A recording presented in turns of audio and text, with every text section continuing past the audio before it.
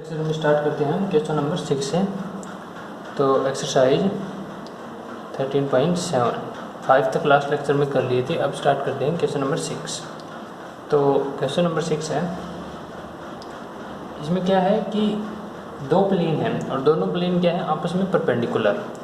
तो एक required plane है, उसके क्या दे दिए पास पॉइंट। ठीक है, जैसे क्वेश्चन है एक रिक्वायर्ड प्लेन है ये और इसके क्या दे दिए दो पास पॉइंट दे दिए ए और बी। ठीक है, और एक दूसरा प्लेन है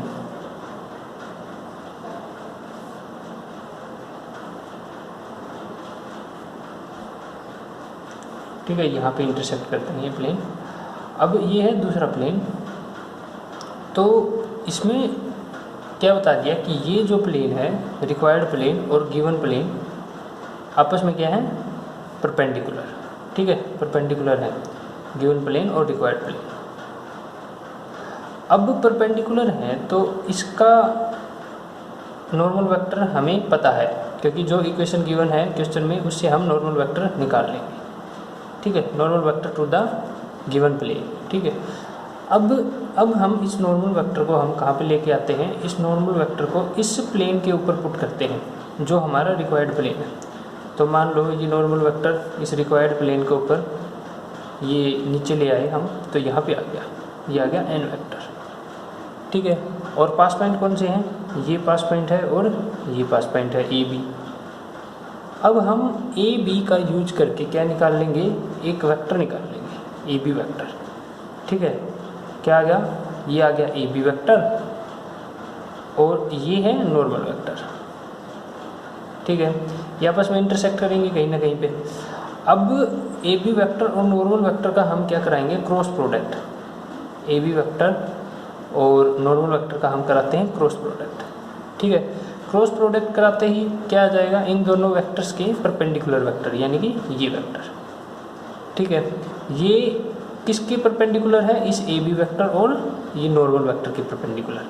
अब दोनों वेक्टर्स के परपेंडिकुलर है तो इसका मतलब ये क्या हुआ, ये इस प्लेन के परपेंडिकुलर है। तो A B cross N vector से कौन सा वेक्टर आएगा, vector normal to required plane. ठीक है, अब normal to required plane vector आ गया। इक्वेशन क्या होती है, आर वेक्टर माइनस में R one vector dot product with N vector is equal to 0, where R one vector is the vector made by the position vector of pass point and the N vector is the perpendicular to the vector perpendicular to the plane. ठीक है, अब ये सारी चीज़ें आ जाएंगी तो हम क्या निकाल सकते हैं, equation of the required plane. ठीक है, अब देखो क्वेश्चन है the given equation of the plane, the equation of the given plane.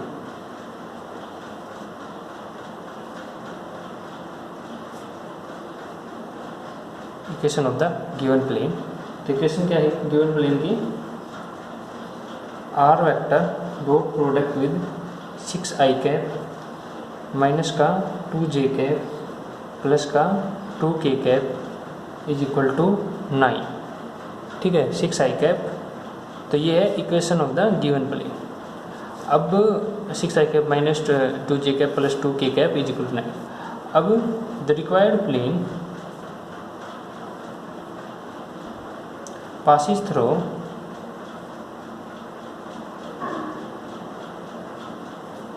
the points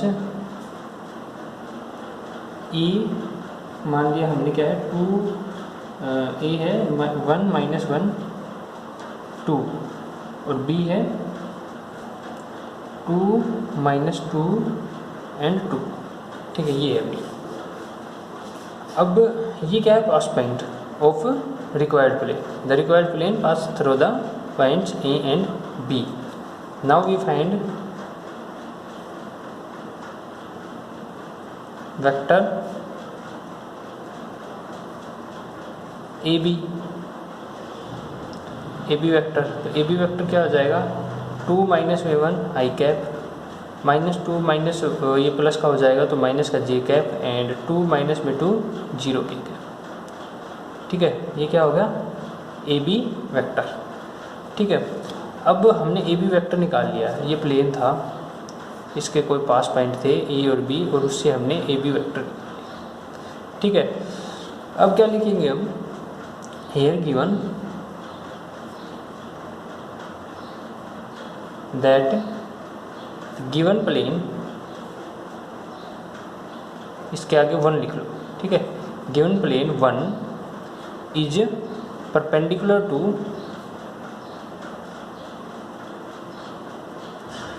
to the required plane,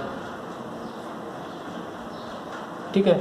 अब जो गिवन प्लेन है वो परपेंडिकुलर है रिक्वायर्ड प्लेन के, hence the normal to the given plane, hence the normal to the given plane lies on required plane, ठीक है। अब ये नॉर्मल है, जैसे मैंने इसमें समझा दिया था, ये नॉर्मल हम नीचे लेके यहाँ पे लगाएं तो ये किस प्लेन के ऊपर लाई करेगा, ये रिक्वायर्ड प्लेन के ऊपर, ठीक है। अब क्या निकाल लेंगे, देन ए बी का क्रॉस प्रोडक्ट किसके साथ, एन वेक्टर के साथ, ठीक है। रिक्वायर्ड प्लेन ये था normal vector to the given plane lies on the required plane, ठीक है। और लिख लेना इसके बाद normal vector to the given plane, यहाँ पे लिख देना normal vector to the given plane क्या होगा, ये है 6i कैप माइनस का 2j कैप और प्लस का 2k कैप, ठीक है, ये आया। अब ये है normal vector to the given plane. अब हमें क्या निकालना है, ए बी क्रॉस एन, तो हम इसे क्या मान लेते हैं, डेट इज एन वेक्टर। तो ए बी क्रॉस एन निकालना है, ए बी क्रॉस एन यहाँ पे लिख लेते हैं, आई जे के, ए बी के कोफिशिएंट क्या हैं, 1 -1 0 1 -1 0, और इसके 6 - 2 2, 6 - 2 2, ठीक है, ये आ गया। अब इसको क्या लिखेंगे, सोल्व करेंगे तो आई कैप माइनस का 2 0, तो माइनस का 2, प्लस का सॉरी माइनस का जे कैप, तो माइनस का 2 0 सॉरी प्लस का 2 आएगा,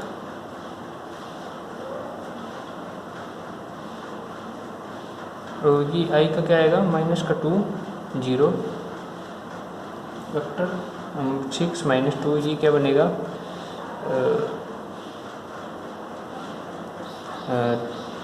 2 - 1 माइनस का 2 और माइनस का 1, सही बनेगा, ठीक है।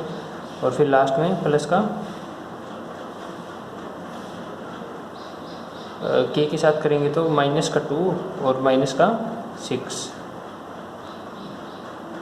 माइनस का 2 और माइनस का 2 माइनस का ये के साथ करेंगे तो माइनस का 2 और प्लस का 6, तो 4k कैप, ठीक है। तो ये वेक्टर बना 2i कैप सॉरी माइनस का 2j कैप और प्लस का 4k कैप, ठीक है, ये वेक्टर बना, ठीक है।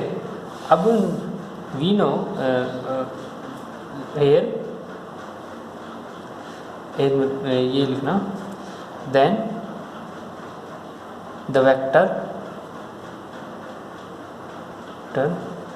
ए बी क्रॉस एन, ठीक है, the vector A B cross N is the perpendicular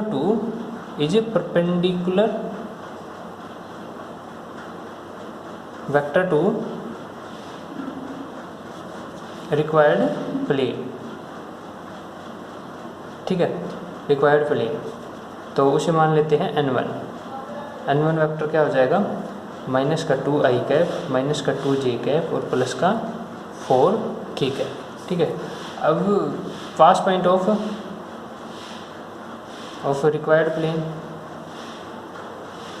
pass point of required plane क्या आ जाएगा, क्या है, 1 - 1 2,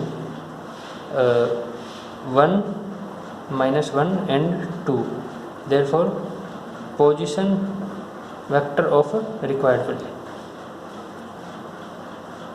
position vector of required plane क्या हो जाएगा, उसे r1 वेक्टर मान लेते हैं, आई कैप माइनस का जे कैप एंड प्लस का 2 के कैप।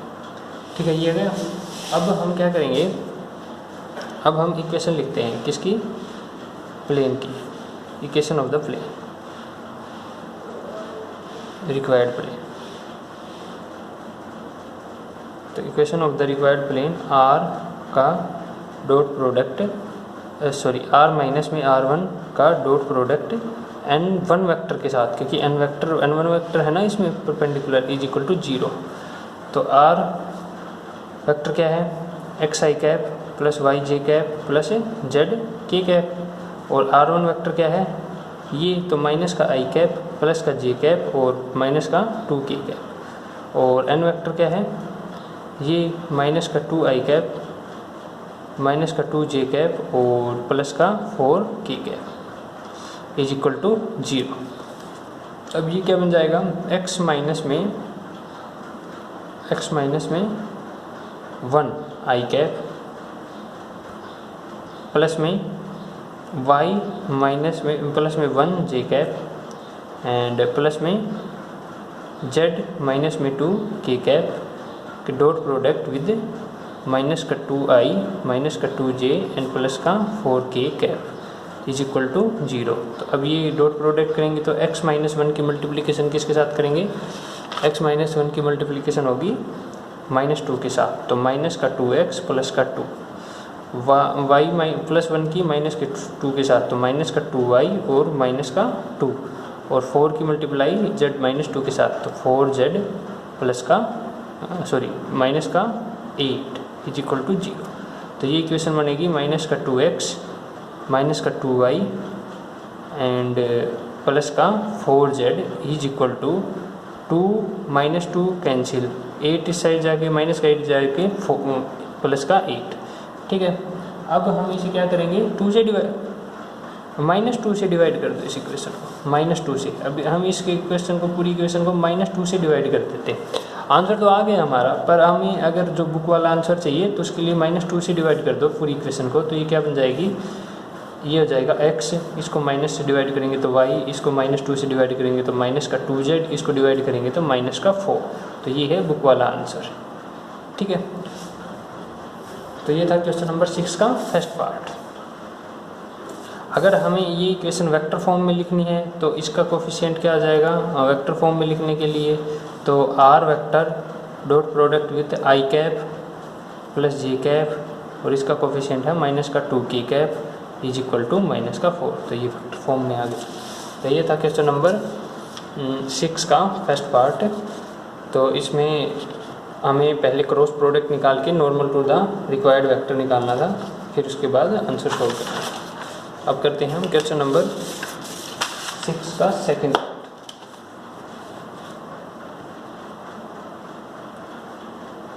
सेकंड पार्ट है, उसमें क्या है, सेम है, पास पॉइंट गिवन है, ठीक है। तो पास पॉइंट है 2 - 3 1 एंड 5 2 - 1। ठीक है, तो अब हम इस यहाँ से क्या निकाल लेंगे, A B vector 5 - 2 3I cap 2 + 3 तो 5J कैप एंड -1 1 माइनस का 2K कैप। तो ये आ गया ए बी वेक्टर। अब इक्वेशन क्या दे रखी है, गिवन प्लेन की इक्वेशन है, वो है x माइनस में 4y प्लस में 5z प्लस में 2 इज इक्वल टू 0। तो हम इसे क्या लिख सकते हैं, x माइनस में 4y प्लस में 5z इज इक्वल टू -2। ये क्या है, कार्टेशियन फॉर्म। अगर कार्टेशियन फॉर्म को वेक्टर में लिखें हम, तो वेक्टर में लिखने के लिए क्या करते हैं, जो x y z के कोफिशिएंट होते हैं वो क्या होते हैं, direction ratio normal to the vector, normal to the plane. ठीक है, तो ये क्या लिखेंगे, r vector dot product with इसका कोफिशिएंट I कैप, इसका कोफिशिएंट माइनस का 4J कैप एंड इसका कोफिशिएंट प्लस का 5K cap is equal to -2। तो जो गिवन प्लेन है उसका नॉर्मल वेक्टर क्या आ गया, I कैप माइनस का 4J कैप एंड प्लस का 5K कैप। तो गिवन प्लेन का नॉर्मल वेक्टर आ गया।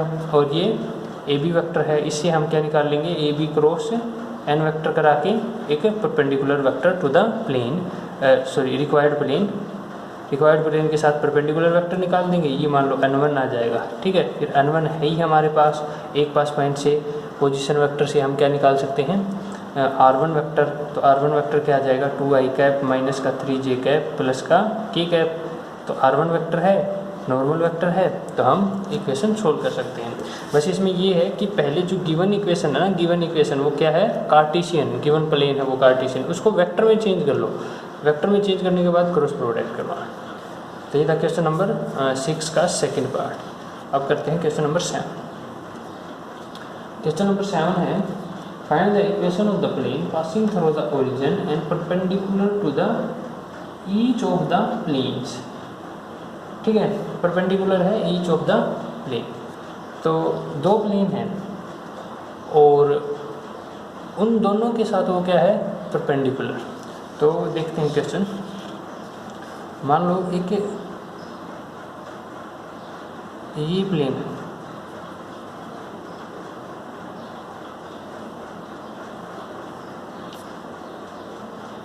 ठीक है, रिक्वायर्ड प्लेन। अब ये तो ये प्लेन है, गिवन प्लेन। यहाँ पे क्या करते हैं, इंटरसेक्ट। एक तो ये है गिवन प्लेन, तो ये इसके साथ भी परपेंडिकुलर है, तो ये क्या आ गया, नॉर्मल वेक्टर टू प्लेन 1, ये मान लिया। ये आ गया नॉर्मल वेक्टर टू प्लेन 1, ये क्या है, रिक्वायर्ड प्लेन। ठीक है, अब इस नॉर्मल वेक्टर को मैं किस पे ले आऊँ, रिक्वायर्ड प्लेन पे। तो ये है रिक्वायर्ड प्लेन, तो इस वेक्टर को, नॉर्मल वेक्टर को मैं इस पे ले आया, तो ये आ गया normal vector to, normal vector किसके ऊपर, प्लेन 1 के ऊपर। मान लो यहाँ से मैं ये ले आऊँ और यहाँ पे पुट कर दूँ, तो ये आ गया नॉर्मल वेक्टर। ठीक है, अभी ये प्लेन है जो रिक्वायर्ड प्लेन है, ये एक दूसरे प्लेन के साथ भी परपेंडिकुलर है। तो वो मान लेता हूँ मैं, वो मान लेता हूँ ये प्लेन मान लेता हूँ।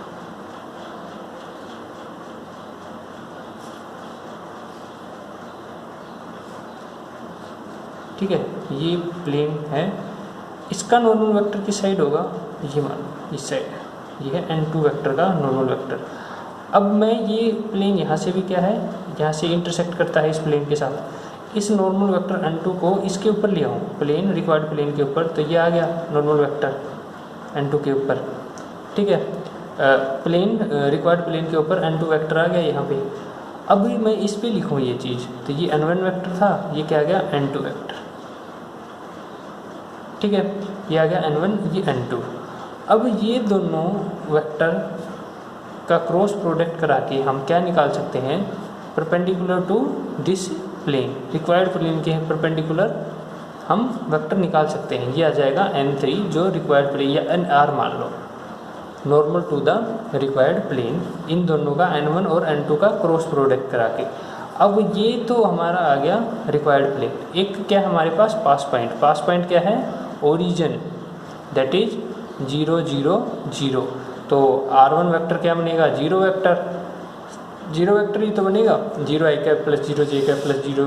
ठीक है, तो डायरेक्ट इक्वेशन क्या लिख देंगे, r वेक्टर का dot product n vector, n required vector के साथ 0, क्योंकि यहाँ पे इक्वेशन क्या लिखते हैं, r वेक्टर, r1 वेक्टर किस में से, r वेक्टर में से सब्ट्रैक्ट करते हैं, r वेक्टर में से क्या सब्ट्रैक्ट करते हैं, r1 वेक्टर, फिर डॉट प्रोडक्ट करवा के 0 लिखते हैं। पर r1 वेक्टर है क्या, 0 वेक्टर, तो 0 वेक्टर को लिखने की ज़रूरत नहीं है, तो ये आ जाएगा n r vector dot product with n required vector. ठीक है, तो ये था क्वेश्चन का बेसिक। अब करते हैं क्वेश्चन स्टार्ट। तो 7th क्वेश्चन है ये,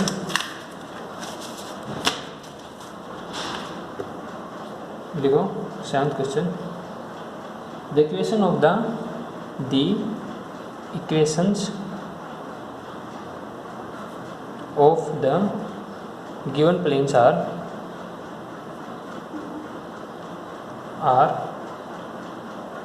क्या क्या है, एक तो है x प्लस में 2y माइनस का z इज इक्वल टू 1, और एक हो जाएगा 3x माइनस का 4y प्लस का z इज इक्वल टू 5। यह क्या, दो इक्वेशन आ गई।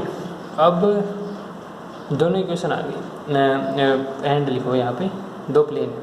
अब क्या करेंगे, now we find the normal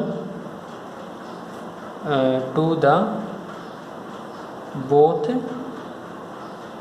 given planes. Now we find normal to the given planes. ठीक है, अब हमने क्या लिखना है, इस प्लेन को क्या लिख सकते हैं, जो जनरल इक्वेशन थी वो क्या थी, A X plus B Y plus C Z is equal to D, या माइनस डी आके डी डैश बना लो तो डी से कोई फ़र्क नहीं पड़ता। ए बी सी क्या थे, इसके नॉर्मल जो वेक्टर होता है उसके डायरेक्शन रेशियो। ठीक है, अब लिखेंगे now we find the normal to the both the given planes by comparing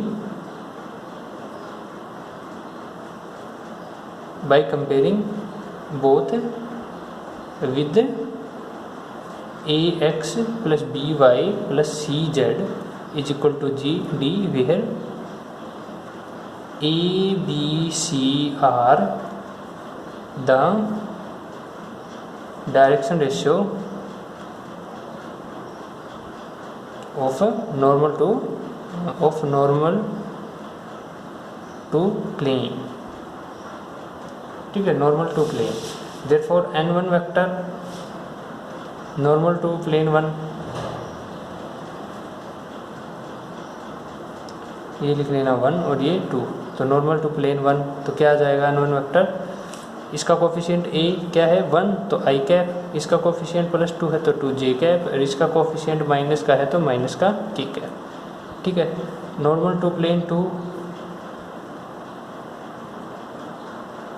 तो इसका कोफिशिएंट क्या है 3i कैप, इसका कोफिशिएंट क्या है माइनस का 4j कैप, और इसका कोफिशिएंट क्या है प्लस का 1k कैप। ठीक है, ये आ गए। अब now we find normal to required plane. ठीक है, as both n1 vector and n2 vector on required plane.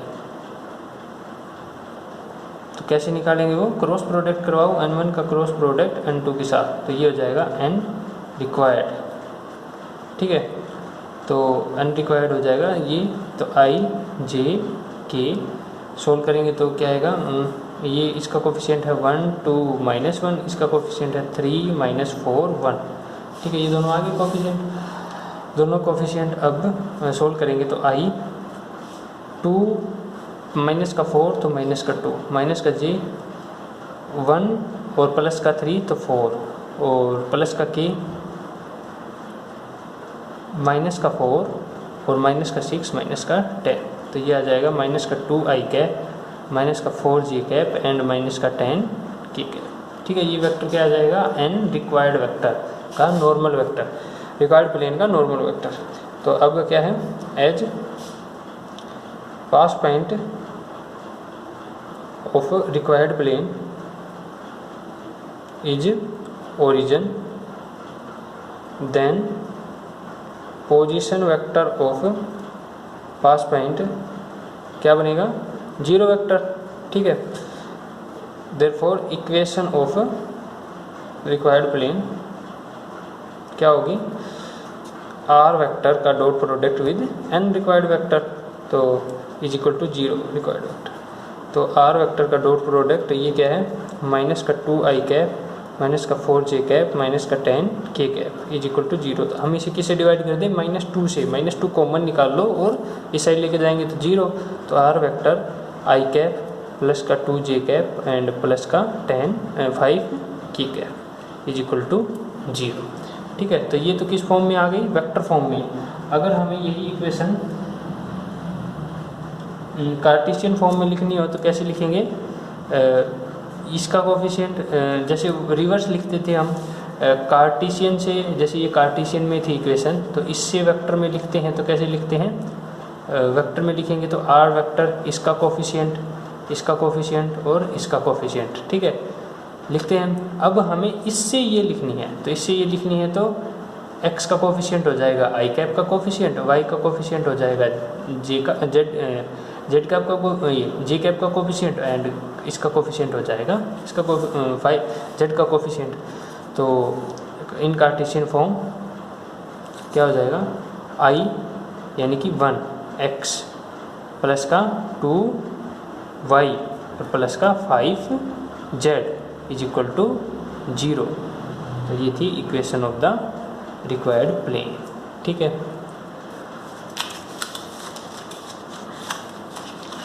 अब करते हैं क्वेश्चन नंबर 8। 8 का क्वेश्चन है, prove that the equation of the plane passing through the point 5 k plus 2 j cap and perpendicular to the plane this and this is this। ठीक है, तो दो plane के साथ रिक्वायर्ड प्लेन हमारा perpendicular है, तो लास्ट क्वेश्चन था वैसा का वैसा इक्वेशन है, तो इसमें भी लिख देना the given equation of the planes are. 8 का क्वेश्चन है, given equation of the planes are लिखोगे तो क्या है, are vector i cap plus में 3j कैप माइनस में 5k कैप और is equal to -3 and r vector दूसरा है 2i कैप माइनस का j कैप और प्लस का 2k cap is equal to 0 vector. ठीक है, ये होगी। तो n1 क्या है, normal to the vector 1 plane 1, ये प्लेन 1 मान ले 2 एंड n2 क्या है, नॉर्मल टू द प्लेन 2, तो ये है n1 ये n2।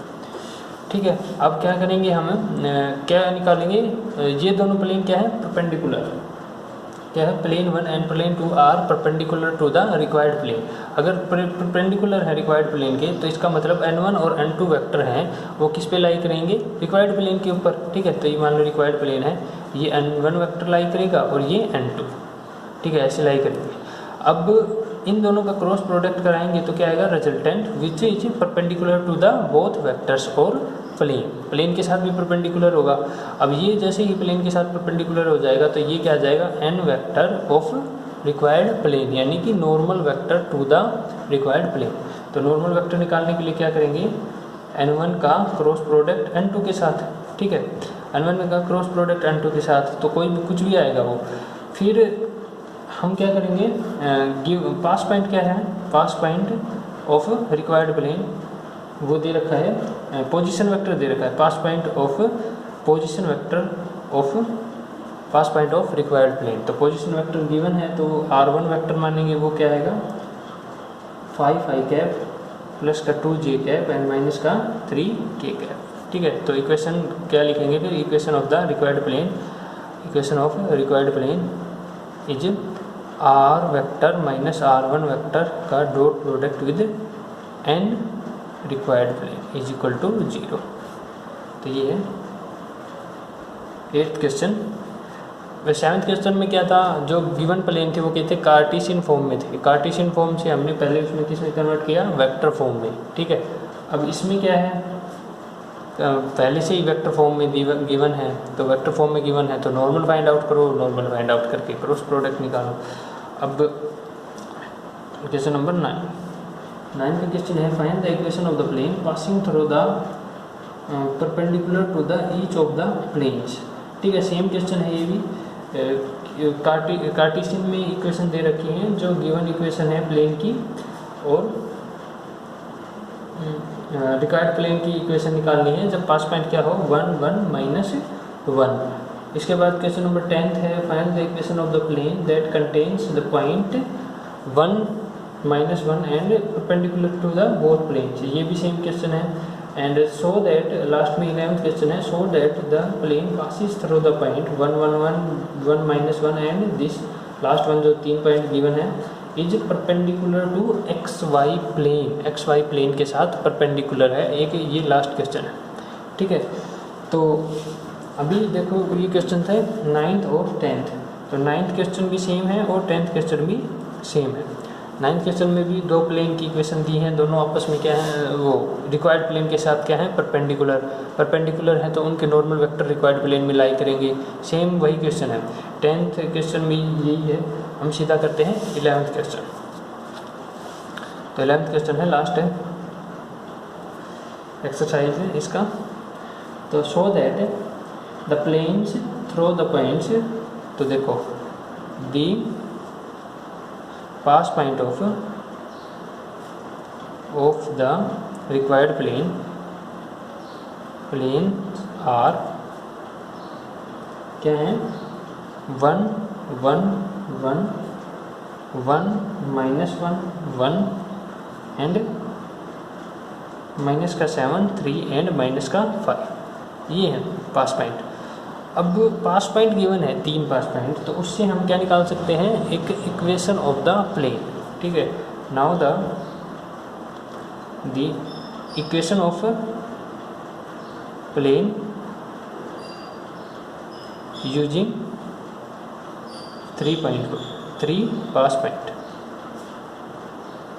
तो 3 पास पॉइंट यूज करके निकालेंगे तो क्या आएगा, x - x1 y - y1 and z - z1। फिर नीचे x2 - x1 y2 - y1 and z2 - z1 और x3 - x1 y3 - y1 and z3 - z1 is equal to 0। तो इक्वेशन क्या आएगी, अब यहाँ से सोल्व करेंगे, पास पॉइंट पुट करेंगे तो x - 1 y - 1 एंड z - 1, ये हमने x1 y1 z1 पुट कर दिया। अब x2 में से x1 सब्ट्रैक्ट करेंगे, x2 में से x1 सब्ट्रैक्ट किया तो 0, इसमें से ये सब्ट्रैक्ट किया तो -2, इसमें ये से सब्ट्रैक्ट किया तो 0। अब x3 में से x1 करेंगे तो माइनस में से 1 सब्ट्रैक्ट किया तो -8, 3 में से 1 सब्ट्रैक्ट किया तो 2, -5 में से ये सब्ट्रैक्ट किया तो ये -6। ठीक है, इज इक्वल टू 0। अब ये डिटर्मिनेंट सोल्व करेंगे तो x - 1, ठीक है, ये -12, ये 0, ये प्लस का 12 हो जाएगा, माइनस प्लस हो जाएंगे तो ये प्लस का 12। ठीक है, दूसरा y माइनस का y -1 से माइनस का होगा ना, सेकंड है कॉलम फर्स्ट रो, तो 0 और 0, तो ये आ जाएगा 0। थर्ड प्लस का z - 1, तो z - 1 में क्या बनेगा 0 और -16 इज इक्वल टू 0। ठीक है, तो ये क्या आ गया 12x - 12, y का कोफिशिएंट कोई भी नहीं है, और माइनस का 16 प्लस में 16z प्लस में 60 इज इक्वल टू 0। तो ये आ गया 12x माइनस का 16z, और ये 12 इसमें सब्ट्रैक्ट करेंगे, प्लस का 4 उस साइड जाके माइनस का 4। अब इसे डिवाइड करेंगे तो 4 से डिवाइड करेंगे तो 3x माइनस का 4z is equal to minus का 1। ठीक है, ये आ गया। ठीक है, तो ये क्या है equation of the required plane. अब लिखो, यहाँ से स्टार्ट करो, equation of required plane is क्या है 3x माइनस में 4z minus is equal to -1। Now the direction ratio of normal to required plane. तो डायरेक्शन रेशियो क्या होंगे नॉर्मल टू रिक्वायर्ड प्लेन के, ये 3 है, क्या होंगे A B C। तो A क्या है 3, B है ही नहीं तो 0, एंड C क्या है -4। ठीक है, तो ये आगे direction ratio of the required plane. अब हमें क्वेश्चन में चेक करना है कि ये जो प्लेन है ये किसके साथ परपेंडिकुलर है, ये किसके साथ परपेंडिकुलर बना है XY प्लेन के साथ। किसके साथ XY प्लेन के साथ। पर हमें XY प्लेन की इक्वेशन लिखनी पड़ेगी पहले, तो XY प्लेन की इक्वेशन लिखते हैं हम। देखो, ये कोऑर्डिनेट सिस्टम है, ठीक है, ये है x एक्सिस, ये y एक्सिस एंड ये z एक्सिस। तो प्लेन कौन सा है हमारा XZ के साथ परपेंडिकुलर है ये प्लेन, ये शो करना है हमें रिक्वायर्ड प्लेन XZ। तो XZ प्लेन कौन सा है ये, ठीक है, जो ये प्लेन है इस साइड में ये, ठीक है, 0 के ऊपर x की साइड में और z की साइड में। ठीक है, जो ये प्लेन है ये क्या है, कौन सा प्लेन है XZ प्लेन। ठीक है, क्योंकि इसमें जो भी वैल्यू मिलेगी वो केवल किस में मिलेगी, एक्स या जेड में, ठीक है, या पॉजिटिव जेड हो या चाहे पॉजिटिव एक्स हो, नेगेटिव एक्स हो या फिर नेगेटिव ऑफ जेड, वाई में कभी भी वैल्यू नहीं मिलेगी। एक्स जेड प्लेन का मतलब ये हो गया। तो ये कौन सा प्लेन है, एक्स जेड प्लेन, ठीक है। एक्स जेड प्लेन में हम क्या बोल सकते हैं, x z plane is that plane where y is 0 always, y is equal to 0 always. तो हम क्या लिख सकते हैं, equation of x z plane, equation of x z plane क्या होगी, वाई इज इक्वल टू 0, ठीक है। जो जिसमें क्या हो, y की वैल्यू 0, जिस प्लेन में y की वैल्यू 0, अब मान लो यहाँ पे चेक करिए हम, ठीक है, तो यहाँ पे किसकी वैल्यू मिलेगी, x की वैल्यू, z की वैल्यू और x की वैल्यू, बट y की वैल्यू क्या है 0, तो ये प्लेन क्या है, y इज इक्वल टू 0। यहाँ पे आए, यहाँ पे किसकी वैल्यू मिलेगी, z की, ये x की, सॉरी ये z की और ये x की, तो यहाँ भी y की वैल्यू क्या आई 0। तो y इज इक्वल टू 0 एक ऐसा प्लेन होता है जहाँ पे y की वैल्यू ऑलवेज 0, और ये क्या होता है, एक्स जेड प्लेन, ठीक है। तो equation of x z plane is 0। अब direction ratio of normal to x z plane, x z plane है उसके डायरेक्शन रेशियो नॉर्मल टू, तो क्या आएंगे, x का कोफिशिएंट क्या है 0, y का कोफिशिएंट क्या है 1 एंड z का कोफिशिएंट क्या है 0, ठीक है। ये आ गया किसके direction ratio, x z plane की, ठीक है। Now therefore a1 a2 plus b1 b2 plus c1 c2, ठीक है। Therefore a1 b2 b1 c2 and c1 c2 करके चेक करेंगे हम। a1 ये है, मल्टीप्लाई करेंगे 0 के साथ, तो 3 मल्टीप्लाई में 0, b1 ये है 0 मल्टीप्लाई में 1, और प्लस में c1 माइनस का 4 है और c2 क्या है 0, ठीक है। तो ये क्या बनेगा, सोल्व करके देखेंगे 0। If a1 a2 b1 b2 और c1 c2 अगर 0 बनते हैं तो ये किसकी कंडीशन बताई थी कि दो प्लेन आपस में क्या है, perpendicular, hence required plane is perpendicular to given जो एक्स जेड प्लेन। तो इसमें यही बताना था। तो ये हो गया required plane is x z plane के साथ क्या है, परपेंडिकुलर। तो ये होगी एक्सरसाइज 13.7। इसमें एक दो क्वेश्चन हैं बिल्कुल सेम है, वो खुद से ट्राई कर लेना, जैसे 9th का क्वेश्चन था, 10th का क्वेश्चन था, और एक दो पार्ट हैं, ये खुद से ट्राई करके देख लेना, सिंपल क्वेश्चन है। तो और बाकी के जो एक्सरसाइज हैं वो हम करेंगे नेक्स्ट लेक्चर में।